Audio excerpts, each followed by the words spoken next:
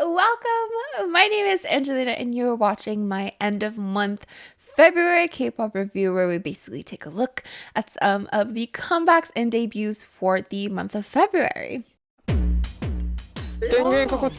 So February is of course quite a short month, isn't it? And we only have 12 songs, but it's fine. It's fine.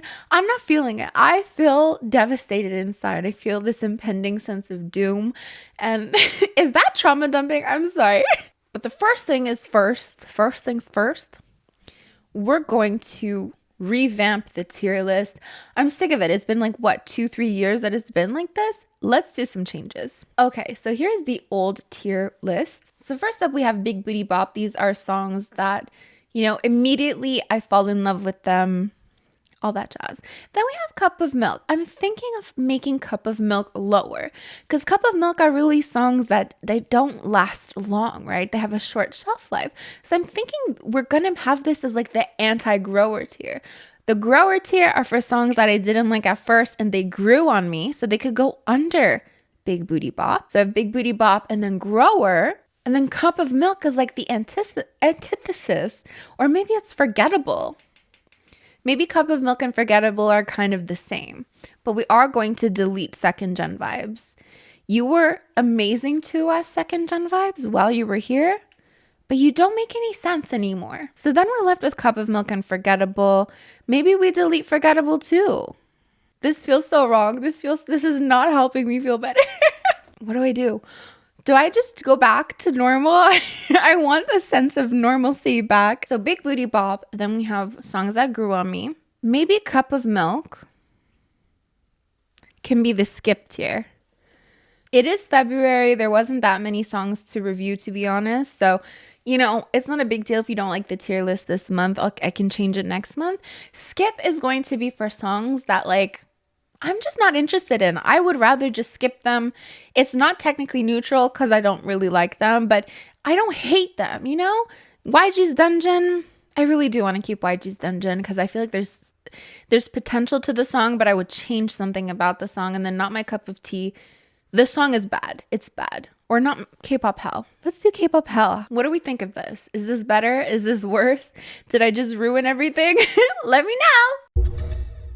Without further ado, let's get into the songs. Starting this month off really strong with a very fun and energetic song. We have BSS, which is a subunit of 17 featuring Hoshi, DK, and Seungkwan, and their title track, Fighting, featuring Lee Youngji.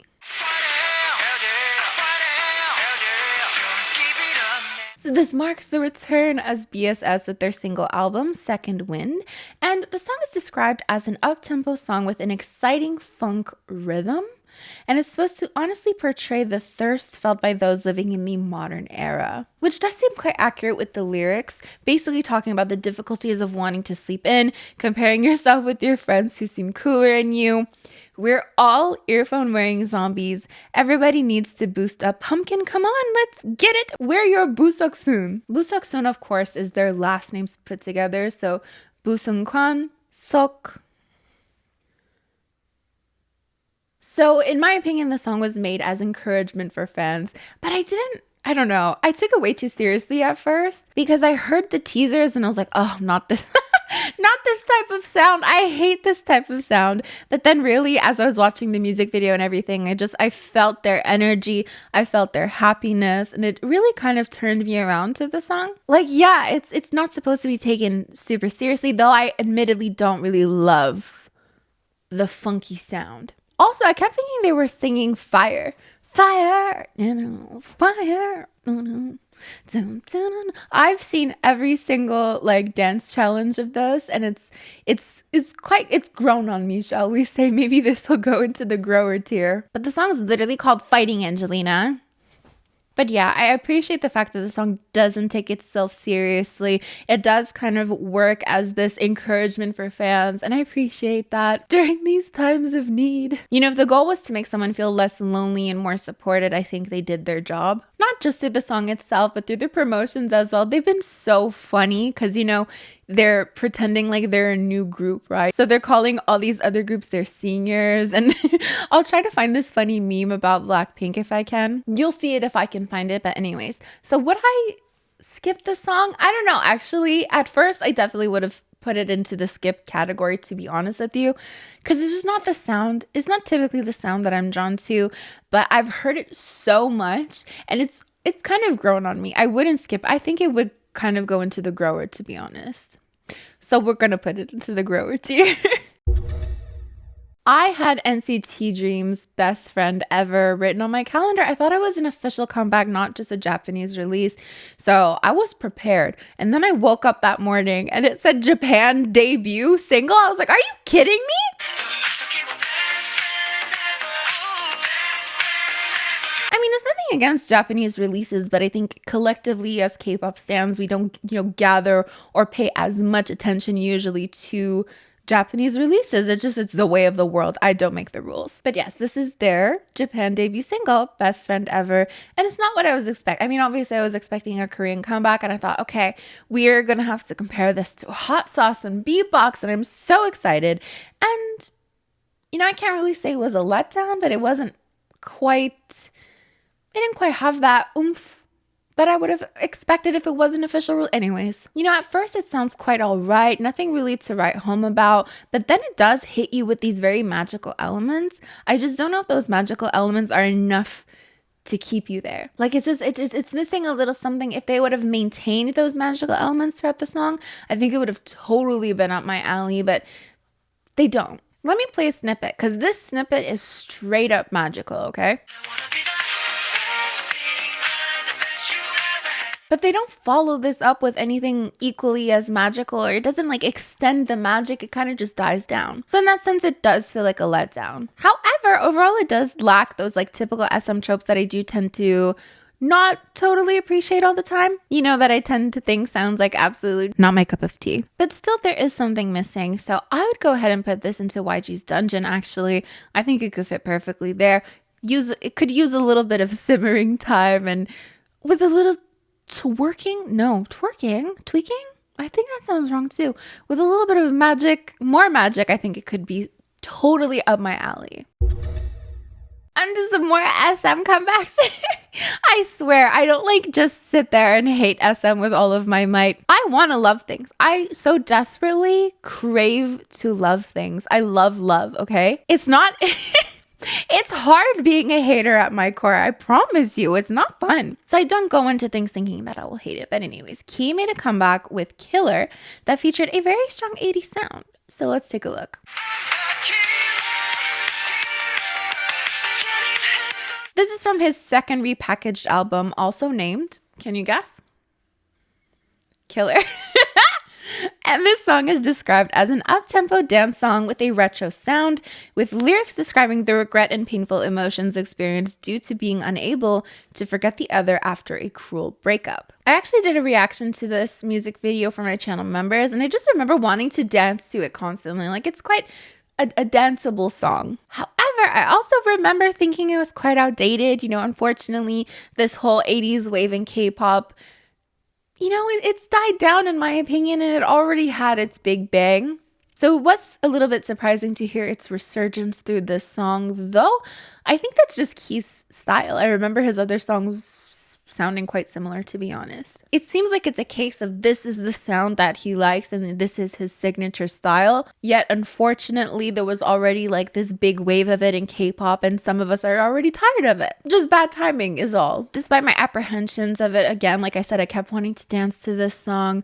However, it didn't really go further than that. It's not stuck in my head or anything. I'm not drawn to it. So this is another song that I think I would skip.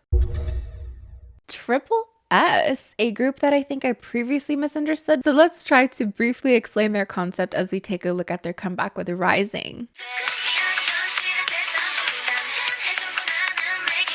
I was actually going to review them on my channel, but then something came up. I decided not to. So I did have pages of their concept explained, I did my own research. I have a friend, Matt, who is part of the fandom and graciously explained to me more of the concept as well. So they previously debuted a subunit Acid Angel from Asia, which is a part of their whole concept according to medium.com. Triple S is one, but also many. So what does that mean? Well, according to Medium, once again, Triple S's dimension is generated, grown, and mixed to create independent groups.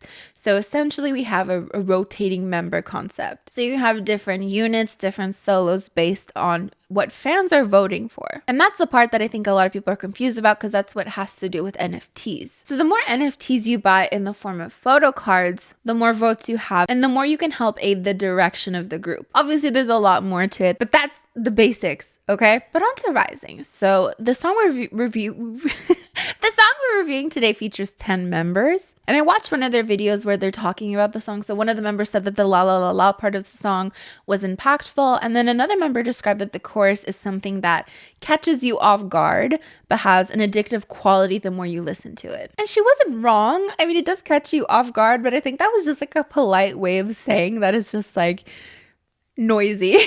But I agree, it probably has the potential to be really addictive. The one song it really did make me think of was Hype Boy. Not that they sound the same, but in the sense that the chorus is super busy with a lot of instruments that I don't think sound well together, but that over time are probably quite addictive. Surely something that one could get past, just not something that I actually liked. Like, I really didn't like the song personally, and I think, is it too mean to put it into K-pop hell? That seems a little mean. Like, I don't think they deserve that much. Let me get into my playlist. I made a playlist for the February releases. Let's listen quickly.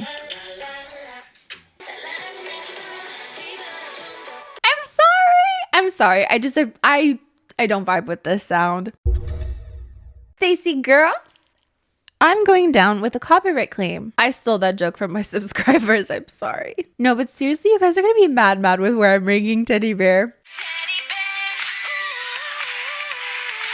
Alongside this track, we got Poppy, the Korean version, which was nice, but I think it's kind of hard to get used to sometimes. Like, when you get used to a specific song in a specific language, I think it's quite rare to really start loving it in another language. I remember in second gen, more often than not, I feel like today, actually, they'll release original songs in Japanese rather than back in the day in second gen. They would just translate their songs, their actual Korean songs, into Japanese. Do you know what I mean? I could never get over, I think it was like Replay by Shiny, which is so good because sometimes you just can't translate these Korean songs into Japanese. It's better to just start from scratch and have an official Japanese song. Do you know what I mean? Like, sometimes the translations would just be like, they just wouldn't translate the Korean parts because they couldn't. Like, it'd be like too fast of a rap. I don't know. So I do appreciate that they're making more of an effort to have original Japanese tracks.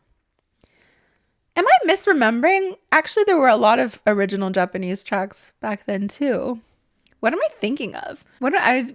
Scrap that. But anyways, the only time I've really been able to switch the language of a song and really like the second version is Twice's I Can't Stop Me English version and Still Here by AT's the Korean version. I have a karaoke mic. What am I doing? It's gonna take too long. Never mind. Okay, so Teddy Bear is a pop funk genre song that captures STAYC's bright energy, as well as the meaning of wordlessly but reliably staying by one side like a teddy bear. I reviewed this on my channel and I had nothing but praise because I just thought it was so fun, so cute, and it's just so refreshing. I was so confident that this would rank super high, but literally the next day the song gave me the ick. I don't know what it is. I just didn't want to listen to it anymore. I was so excited for it. Like, I listened to it a couple times the first day, then the next day I was just like, no. I don't even know what it sounds like anymore. If we had the forgettables here, it would be perfect. Teddy bear. I keep singing CC. And I know people are going to be like, it's because you got a copyright claim by Kakao. No, I thought this before my copyright claim.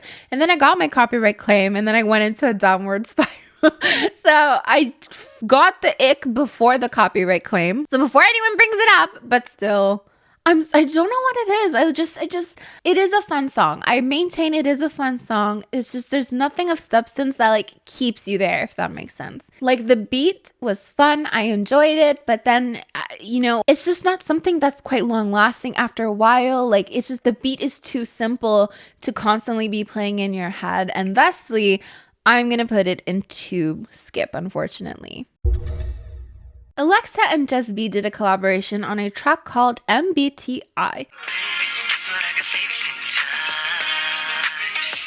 described as a medium-tempo R&B song that captures the two artists' charms, especially with the bright and lively music video in which they have a blast dancing together.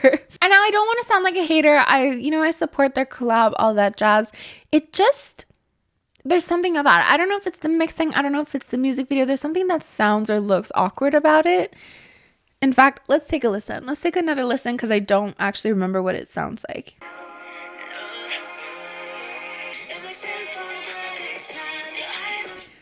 Would I go to hell if I put this in K-pop hell as well? Triple S don't deserve to be alone. I think I don't know what it is. Like, it's not even that it's not enough to skip it. I'm sorry, I don't even know what it is. So STAYC's new boy group, whose debut song I actually quite liked, made a comeback with Do or Die. No, I'm thinking of Alexa now. Made a comeback from their second mini album, Love Never Dies, with the title track, Love or Die.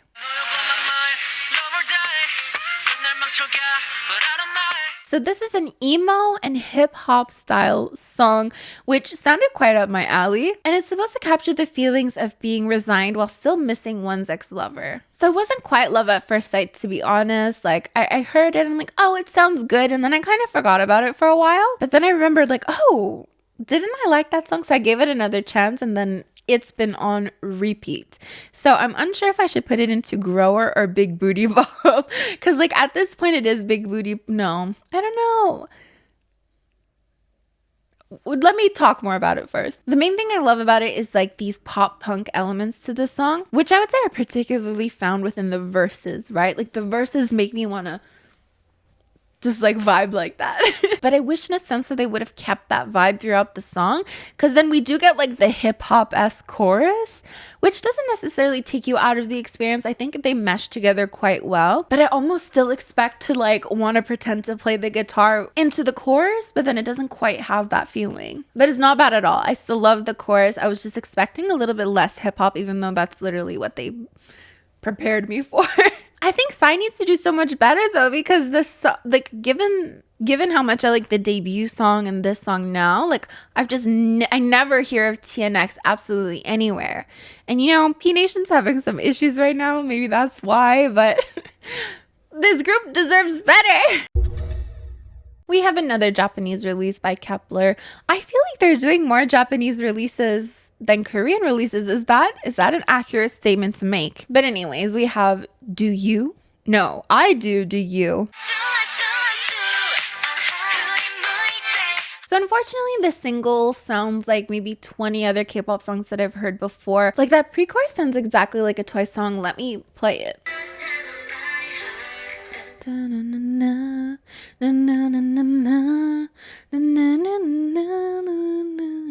Love ain't a science, don't need no license. Or Red Velvet?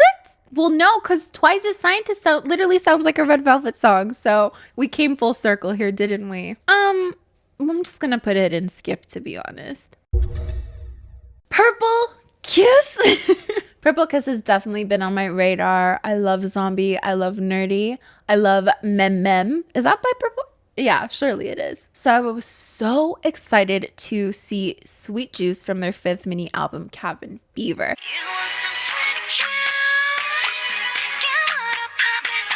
So according to them, this song conveys the meaning of finding freedom while dancing as we are, which is interesting because the writer of this song kept releasing shorts explaining her inspiration behind it and all that jazz. So the original title of the song, according to Lyre Music Group on YouTube, was Sweet Tooth. So it wasn't written for K-pop, it was written for Ellie Moore. However, a record deal came through and they wanted a different direction for her. In another YouTube short by Lyre Music Group as well, she mentions there are elements of Britney Spears' Toxic and Buttons by the Pussycat Dolls that were inspirations for the song. So when I went to listen to the song, I didn't personally catch those inspirations. She said like specifically like the drums or, you know, things I probably wouldn't be able to catch to begin with, but I wanted to mention those inspirations anyways. Regardless, I fell for this song. This song is beautiful. From the first listen, their vocals stand out so much, and I've been watching some of their covers. Who is this girl? Wait, somebody needs to help me. Who's this girl in the middle? The pink shirt. Can you already guess that she has my favorite type of voice ever? Anyways, it is both sultry and ethereal, and it is 1000% going into Big Booty Bop. I cannot stop listening to this song. I'm in love. I'm literally in love. I will say, rather than like Toxic or anything, not that I think the melodies were any inspiration for the songwriters, but it did remind me of Katy Perry's Dark Horse. So there's a part of the song where it sounds like it could go into Dark Horse. Let's play a snippet. I always think it's gonna make me your Aphrodite. Doesn't it? Like it kind of, not that it sounds exactly like that, but it sounds like it could go into that. Na, na, na, na. Do you know what I mean? Anyways, absolutely stunning song. If you haven't heard it yet, please go listen to it. As for me, Big Booty Bop 1000%. This group is just full of amazing vocalists, I swear to God. From their 8th mini album, Be Awake, we have the Boyz and their title track, Roar. This is an R&B pop dance genre song with a signature whistle sound, heavy drums, and intense bass sound. I would skip it, to be honest. Nothing against it. I'm totally for K-pop songs that remind you of other K-pop songs, but I didn't like Deja Vu to begin with. Tribe B have made their comeback with We Are Young from their single album Way, or W-A-Y. The song talks about being young. No shit. But there were these lyrics like, tomorrow me will take care of yesterday's work. And I sometimes say that because of How I Met Your Mother. I think it was Lily or Marshall. They're fighting and then they'll pause their fight and they'll be like, you know, future Lily and future Marshall can deal with this. But right now, let's just forget about it. So I kind of took that in my own life too, being like, future Angelina can deal with this. She'll probably be wiser.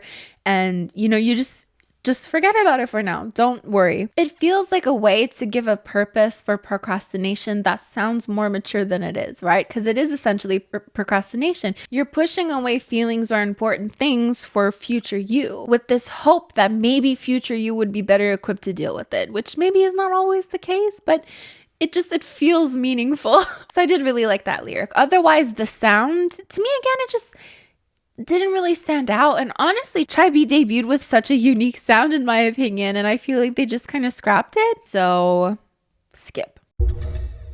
So now we have a debut on our hands. We have Limelight, which is a 3-member girl group from 143 Entertainment, and their track Honestly.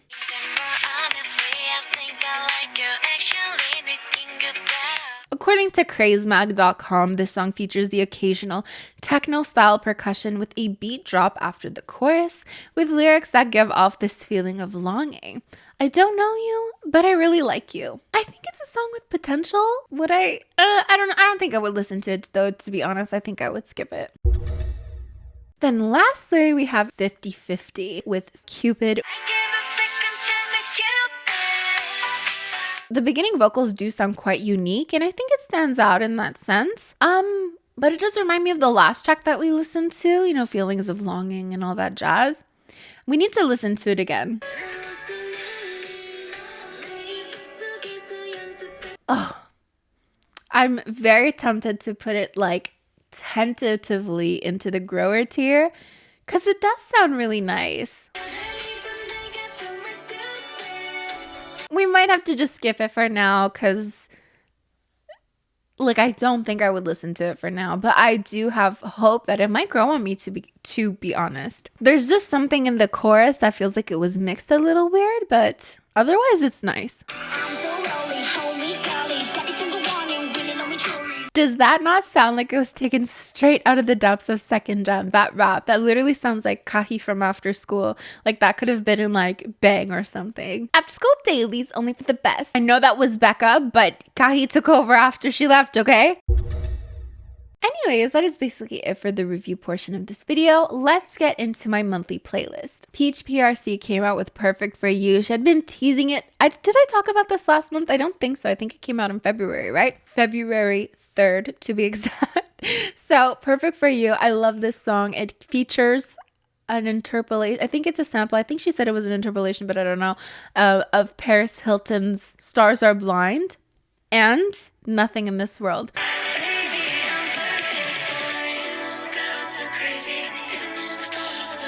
This song brought me so much joy. If you haven't heard it, go check it out. Okay, so then another TikTok creator, Chrissy, released I'm So Hot on the same day, actually. Why would I waste my goddamn time? These women have inspired me, so I want to dress just in pink forever. For years, I've been going through this cycle of thinking like, Twice as More and More was really not that good of a song, but then anytime it plays, I'm like, it's really not that bad. So then finally it has ended up on my playlist and I was obsessively listening to it. I forgot to include XG in last month's monthly review. It was probably better that way, honestly. Shooting Star, entirely forgettable. Skip, honestly. Don't even remember what it sounds like. But Left Right, big booty bop. I have been obsessively listening to this song. Actually, they released a music video for it that I could have included it. Well, now you know. Left Right is big booty bop. This song, oh my god, it's just so beautiful. Gorgeous. Amazing. Beautiful. I was doing a review and I mentioned this song and it came back to me. This is gonna surprise Audrey because I didn't tell her. I wanted her to be surprised in this video. But I was editing our podcast episode and I was like, hindsight's 50-50. Which apparently isn't a thing. And she started singing this song because they say hindsight's 20-20.